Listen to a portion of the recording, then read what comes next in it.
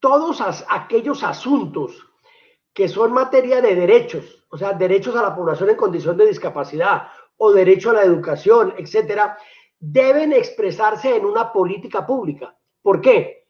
Porque el Estado no lo puede garantizar inmediatamente. Entonces se requiere la política pública, una política pública, que no le podemos llamar a cualquier cosa una política pública. Seguramente en otra ocasión hablamos de qué es una política pública y qué no es, y cómo debe ser una política pública, que en este caso, cuando se trata de derechos de las personas, esas personas no solo deben participar, sino que tienen que concertar.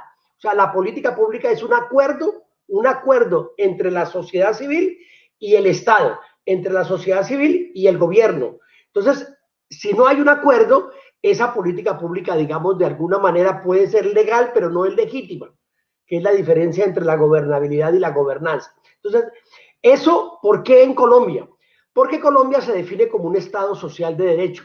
Ustedes van a encontrar en la presentación, como seguramente tendrán este documento, que debajo de cada afirmación de esas estoy citando una sentencia de la Corte. O sea, ¿en dónde dice eso?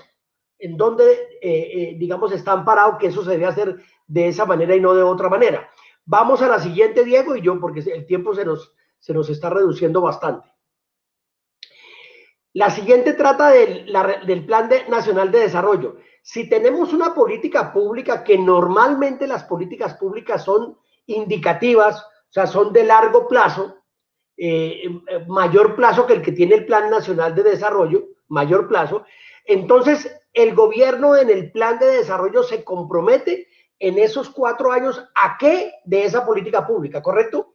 Por eso es muy importante tener una política pública incluso antes de un plan de desarrollo, para que el gobierno materialice en ese plan a lo que se compromete en esos 4 años y el siguiente gobierno los otros 4 y tal y tal. O sea, que haya un mayor tema en esa dimensión de la política pública expresada en el plan de desarrollo.